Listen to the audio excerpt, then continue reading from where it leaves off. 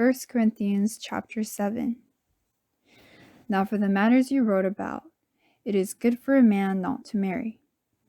But since there is so much immorality, each man should have his own wife, and each woman her own husband. The husband should fulfill his marital duty to his wife, and likewise the wife to her husband. The wife's body does not belong to her alone, but also to her husband. In the same way, the husband's body does not belong to him alone, but also to his wife. Do not deprive each other, except by mutual consent, and for a time, so that you may devote yourselves to prayer. Then come together again, so that Satan will not tempt you because of your lack of self-control. I say this as a concession, not as a command. I wish that all men were as I am, but each man has his own gift from God.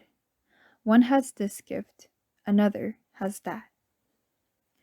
Now to the unmarried and the widows I say, it is good for them to stay unmarried, as I am. But if they cannot control themselves, they should marry, for it is better to marry than to burn with passion.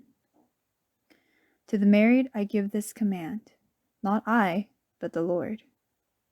A wife must not separate from her husband, but if she does, she must remain unmarried or else be reconciled to her husband, and a husband must not divorce his wife. To the rest I say this, I, not the Lord. If any brother has a wife who is not a believer, and she is willing to live with him, he must not divorce her. And if a woman has a husband who is not a believer, and he is willing to live with her, she must not divorce him. For the unbelieving husband has been sanctified through his wife, and the unbelieving wife has been sanctified through her believing husband. Otherwise, your children would be unclean, but as it is, they are holy. But if the unbeliever leaves, let him do so. A believing man or woman is not bound in such circumstances. God has called us to live in peace. How do you know, wife, whether you will save your husband? Or how do you know, husband, whether you will save your wife? Nevertheless, each one should retain the place in life that the Lord assigned to him and to which God has called him. This is the rule I lay down in all the churches. Was a man already circumcised when he was called? He should not become uncircumcised. Was a man uncircumcised when he was called? He should not be circumcised. Circumcision is nothing, and uncircumcision is nothing. Keeping God's command is what counts. Each one should remain in the situation which he was in when God called him. Were you a slave when you were called? Don't let it trouble you, although, if you can gain your freedom, do so. For he who was a slave when he was called by the Lord is the Lord's freedman.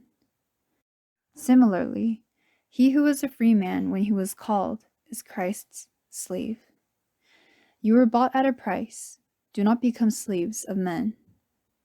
Brothers, each man, as responsible to God, should remain in the situation God called him to. Now about virgins. I have no command from the Lord, but I give a judgment as one who, by the Lord's mercy, is trustworthy. Because of the present crisis, I think that it is good for you to remain as you are. Are you married? Do not seek a divorce. Are you unmarried? Do not look for a wife. But if you do marry, you have not sinned. And if a virgin marries, she has not sinned. But those who marry will face many troubles in this life, and I want to spare you this. What I mean, brothers, is that the time is short. From now on, those who have wives shall live as if they had none, those who mourn as if they did not, those who are happy as if they are not, those who buy something as if it were not theirs to keep, those who use the things of the world as if not engrossed in them. for this world in its present form is passing away.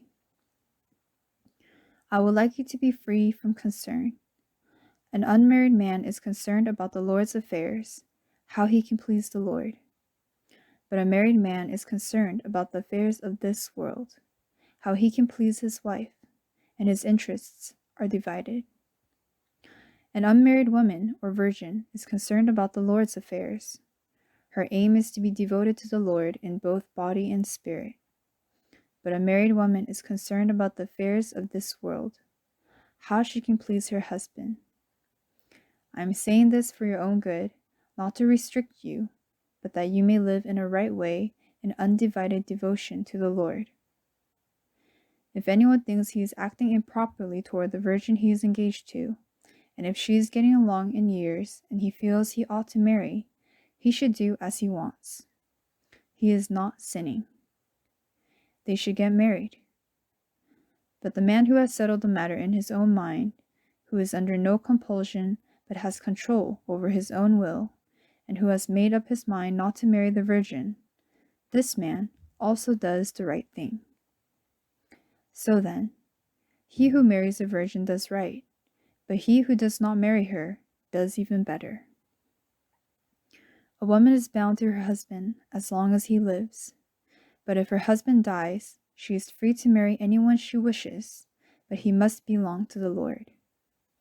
In my judgment, she is happier if she stays as she is, and I think I too have the Spirit of God.